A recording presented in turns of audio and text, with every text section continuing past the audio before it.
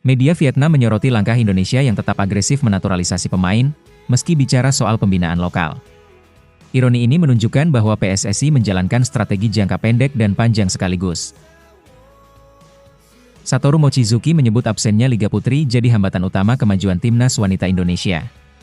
Ia menilai naturalisasi belum cukup jika tak dibarengi pembinaan usia dini dan kompetisi berkelanjutan.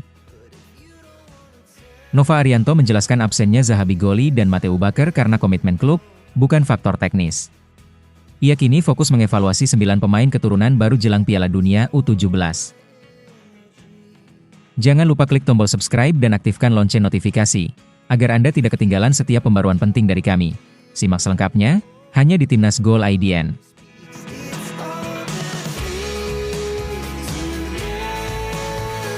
Media Vietnam The Tao menyoroti langkah mengejutkan dari Federasi Sepak Bola Indonesia yang terus melanjutkan program naturalisasi meski sudah dipenuhi pemain keturunan. Dalam laporan utamanya, mereka mengangkat pernyataan Ketua Umum PSSI Erick Thohir yang justru menyambut serius perubahan Undang-Undang Kewarganegaraan Vietnam. Aturan baru tersebut memungkinkan diaspora Vietnam memperkuat tim nasional, memicu reaksi dari negara-negara pesaing di ASEAN. Vietnam kini dianggap bersiap memasuki era baru yang bisa menggeser peta kekuatan sepak bola regional. Erick Thohir menyebut langkah Vietnam sebagai titik balik strategis yang bisa mengubah keseimbangan kekuatan di Asia Tenggara. Meski Indonesia saat ini disegani berkat kehadiran pemain keturunan Eropa, Erick mengakui bahwa ketergantungan terhadap pemain naturalisasi tidak akan berkelanjutan. Ia menekankan bahwa PSSI harus serius membangun sistem pembinaan usia muda sebagai fondasi masa depan timnas.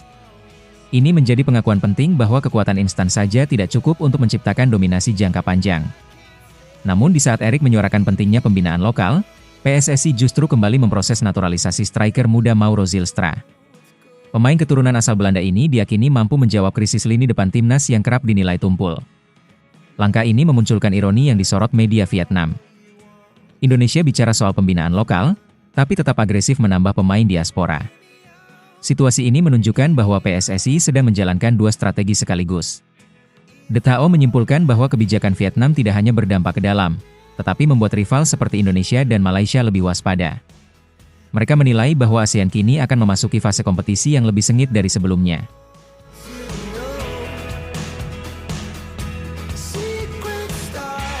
Pelatih Timnas Putri Indonesia Satoru Mochizuki akhirnya angkat bicara secara jujur mengenai kondisi sepak bola putri tanah air.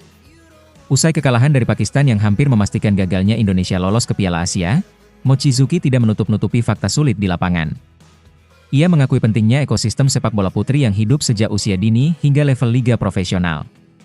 Liga Putri yang mati suri sejak 2019 dianggap sebagai akar persoalan jangka panjang dalam pembinaan. Meski begitu, Mochizuki menolak menjadikan absennya Liga Putri sebagai kambing hitam atas hasil buruk timnya. Ia menilai bahwa PSSI sudah berupaya maksimal, termasuk menaturalisasi pemain diaspora seperti Iris Derou, Felicia De Zeu, Isa Warps, dan Emily Nahon. Langkah ini dinilai sebagai upaya darurat untuk menambal minimnya talenta lokal. Namun sayangnya, hasil di lapangan tetap belum membaik secara signifikan, bahkan dihadapkan pada lawan setara seperti Pakistan. Di sisi lain, Erick Thohir juga ikut memberikan penjelasan pada malam yang sama. Menurut Ketua Umum PSSI itu, tekanan dari publik soal Liga Putri memang besar, namun ia tidak mau mengambil keputusan yang reaktif. Ia menegaskan bahwa tanpa fondasi talenta yang kuat, memaksakan liga hanya akan membuatnya kembali mati suri. Erick mengaku fokus saat ini adalah membangun sistem pembinaan dari akar, bukan sekadar menuruti tuntutan emosional publik. Pernyataan terbuka dari Mochizuki dan Erick memperlihatkan betapa kompleksnya tantangan sepak bola perempuan Indonesia saat ini. Di satu sisi, timnas butuh kompetisi lokal yang aktif untuk berkembang. Di sisi lain, infrastruktur dan jumlah pemain belum mencukupi untuk membuat liga berjalan sehat. Maka, naturalisasi sementara menjadi pilihan realistis. Tapi jika tidak dibarengi pembinaan jangka panjang, hasilnya akan terus stagnan.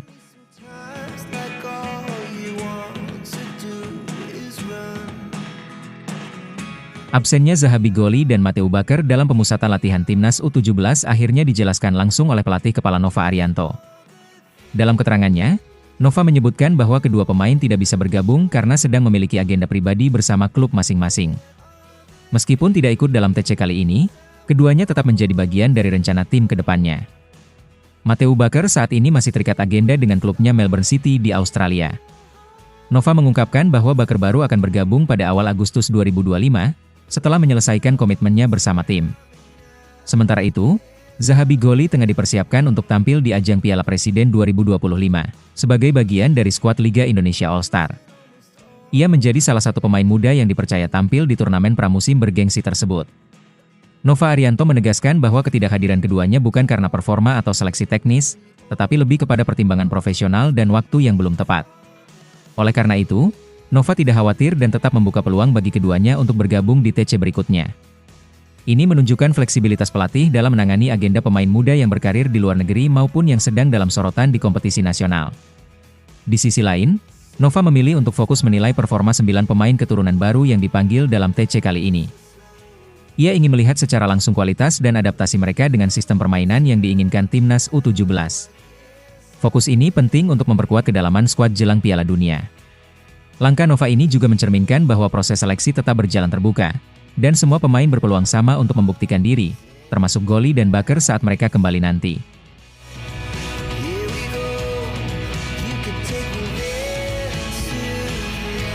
Proses naturalisasi Mauro Zylstra resmi dilanjutkan PSSI, dan sang striker muda belak-belakan menyatakan keyakinannya bisa cocok dengan skema permainan timnas Indonesia di bawah asuhan Patrick Kluivert. Dalam wawancaranya, Zylstra menjelaskan bahwa dirinya merupakan tipe penyerang yang bisa bermain sebagai target man, tapi juga mampu bergerak cepat ke depan. Ia menyebut keunggulannya dalam duel, menahan bola, dan membuka ruang bisa menjadi senjata baru bagi lini depan Garuda. Zylstra meyakini bahwa kombinasi fisik dan mobilitasnya sejalan dengan kebutuhan sistem yang saat ini dibangun oleh Kluivert. Zylstra juga menyatakan bahwa dirinya siap beradaptasi dengan sistem 5 back yang kini mulai diterapkan Kluivert. Meski ia lebih familiar dengan formasi 4-3-3 di klub asal Belanda. Ia tak melihat ini sebagai hambatan besar, melainkan tantangan yang bisa ia jawab dengan fleksibilitas gaya bermainnya. Ia optimistis bisa langsung memberi dampak karena gaya bermainnya sangat adaptif terhadap berbagai formasi. Yang menarik, Zylstra melihat perubahan dari era Sintayong ke Patrick Kluivert bukan sebagai sesuatu yang drastis. Menurutnya, inti dari setiap sistem tetap membutuhkan striker yang efektif, dan itulah peran yang ingin ia ambil. Dengan kemampuan bermain melebar maupun menyerang kotak penalti secara langsung, Zylstra menawarkan variasi baru dalam opsi penyerangan Indonesia. Kecepatan memang tetap dibutuhkan, tapi Zylstra juga menekankan pentingnya duel fisik dan penyelesaian akhir yang tajam. Jika proses naturalisasinya selesai tepat waktu, Mauro Zylstra bisa langsung bersaing memperebutkan posisi utama di lini depan. Di usianya yang masih 20 tahun, ia punya peluang besar untuk berkembang seiring arah permainan tim yang makin modern.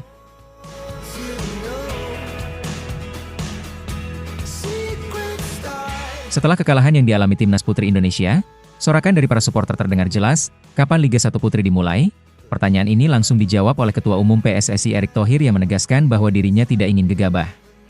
Menurut Erick, peluncuran Liga 1 Putri tidak bisa hanya didorong oleh tekanan publik, tapi harus dibarengi dengan kesiapan sistem yang kuat. Ia mengingatkan bahwa kompetisi serupa pernah berjalan tapi akhirnya mati suri karena tidak berkelanjutan. Erick menyampaikan bahwa saat ini PSSI sedang fokus membangun fondasi yang lebih kuat lewat kompetisi usia muda dan pembinaan grassroots. Baginya, tanggung jawab sebagai ketua PSSI bukan hanya meladeni desakan sesaat, tapi memastikan keberlangsungan jangka panjang. Ia bahkan menyatakan siap menerima hujatan selama keputusannya berpihak pada pembangunan sistemik sepak bola perempuan. Masalah utama yang disorot adalah keterbatasan jumlah talenta di sepak bola perempuan nasional. Erick menyatakan bahwa tidak mungkin memaksakan sebuah liga jika atletnya belum mencukupi. Menurutnya, membangun kompetisi tanpa basis pemain yang kuat sama saja dengan membangun rumah tanpa pondasi. Ia menolak menjadikan Liga 1 Putri sebagai proyek instan, apalagi hanya demi pencitraan. Tujuannya jelas, membangun ekosistem yang mampu bertahan lebih dari satu musim. Erick juga menekankan bahwa PSSI tidak ingin mengulangi kegagalan masa lalu. Ia sadar bahwa sepak bola perempuan sempat mati suri bertahun-tahun dan tidak ingin pengalaman itu terulang. Oleh karena itu, semua langkah akan ditempuh dengan perencanaan matang, bukan respons emosional. Ia meminta dukungan publik untuk bersabar dan ikut mendorong pembinaan di tingkat bawah. Jika semuanya berjalan sesuai rencana, Liga 1 Putri bukan hanya bisa dimulai, tapi juga bertahan lama dan melahirkan pemain-pemain hebat untuk Garuda Pertiwi.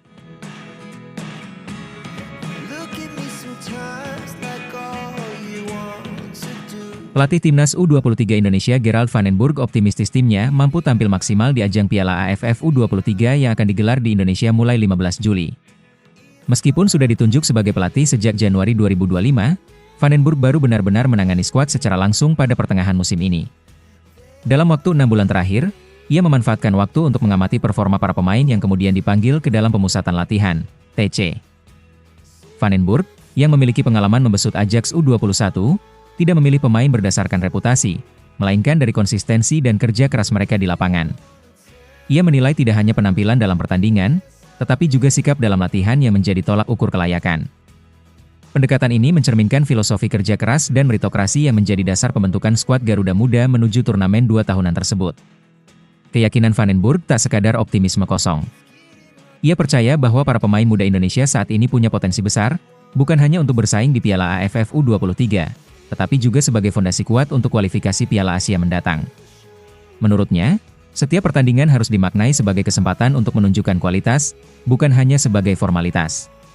Ia juga mengingatkan bahwa prestasi masa lalu bukan jaminan, sehingga tim harus selalu introspeksi dan terus berkembang. Sebagai tuan rumah, tekanan pasti datang. Tetapi Van den Burg tetap fokus membangun mentalitas dan kepercayaan diri para pemain.